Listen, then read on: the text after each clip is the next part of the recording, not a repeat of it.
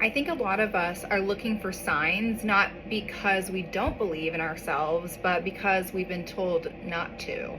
From the time we're little, we're trained to look outside of ourselves for answers from our parents, our teachers, friends, and society. And what's considered normal, logical, or successful. And over time, we forget that we were born with this inner knowing. And we forget our intuition is a sense, just like sight, hearing, or touch, which leads to doubting ourselves. We start asking everyone else what we should do, the universe for confirmation, for signs, and searching for this reassurance. Not because we're broken, but because we are disconnected from our own truth.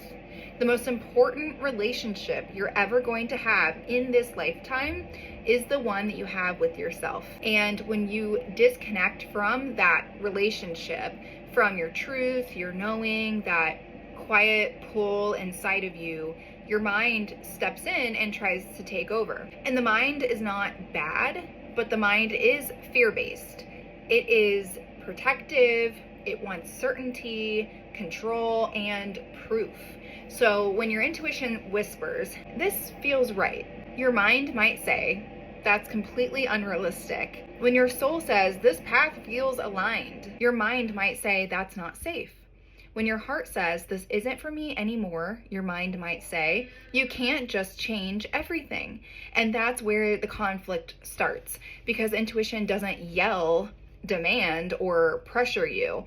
It suggests, it invites, and arrives as a knowing. The mind is loud, it's urgent, bossy, and it tells stories about what has to happen. So when we feel pulled towards something new, like a new career, a new identity, a new way of living, our mind jumps in with this fear-based narrative, and we often mistake that for truth.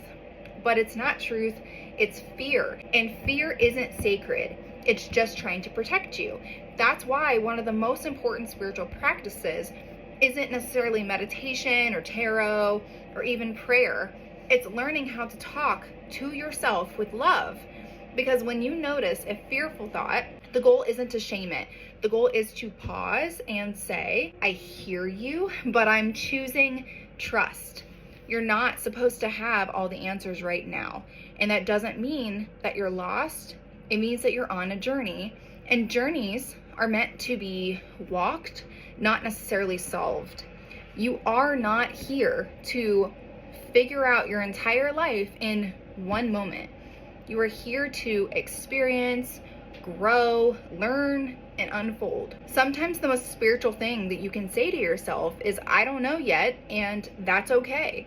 Because when you don't know, you get to listen. You get to become curious and let life speak to you. And I truly believe that your intuition is always speaking. The question is, are you listening or are you arguing with it?